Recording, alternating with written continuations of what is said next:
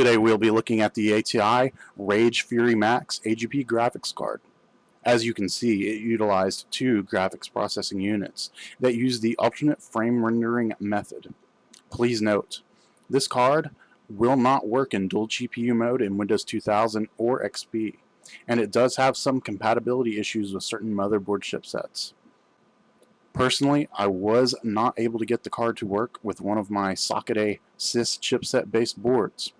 However, both my Slot A AMD chipset based boards and my Socket A VIA chipset based motherboards worked out fine for this card. As you can see, the stock coolers are small and small fans are installed in them. The heat sinks do not have large fins to help expel heat. The fans sit flat against the heat sinks, and the heat sinks only have small fins on the outer area for air to pass through. Temperature-wise, the card does stay cool all things considered, but ATI should have went the extra mile regardless, and provided the card with better coolers. This was supposed to be their top-tier card at the time of its release. Overall, construction is pretty solid. No electrolytic caps are present on this card. The card has 64 megs of RAM on board. However, it utilizes the RAM by dividing it up to 32 megs per graphics processing unit. The RAM is clocked at 143 MHz.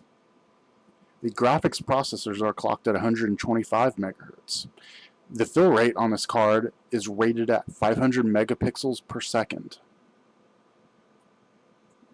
The card supports both 32 and 16-bit color settings in games. The card also features bump mapping support, so you can use that feature for games that support it, like Expendable or Roll Cage Stage 2. Performance-wise, the card was fairly powerful for a pre-hardware TNL graphics card.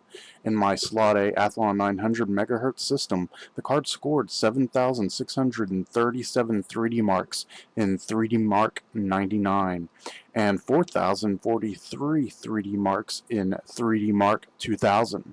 Not quite as fast as a Voodoo 5, but for what it was a solid performer for the games released during its time on the market.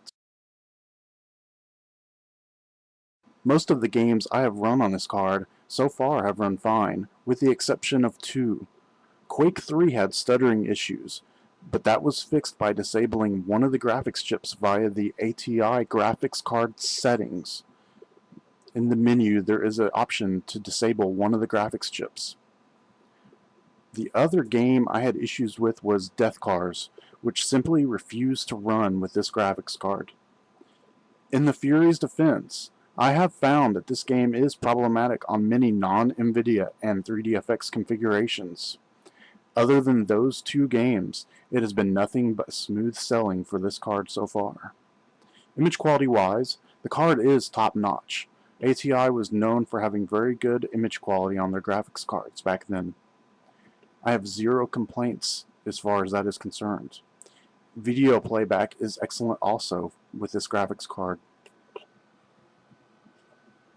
In closing, basically if you want a more exotic legacy gaming computer using Windows 98 or ME, I would recommend the Rage Fury MAXX if you can get one at a reasonable price. The card is not that common these days, so you may end up finding yourself having to spend about 20 to 35 bucks. Past that price point, then I would just recommend you going with a GeForce 2 GTS, unless you are feeling diehard about having a more exotic ATI card in your system. If you would like, I have a video up showing the card running some software, so check the link in the description if you want to see the Rage Fury MAXX in action.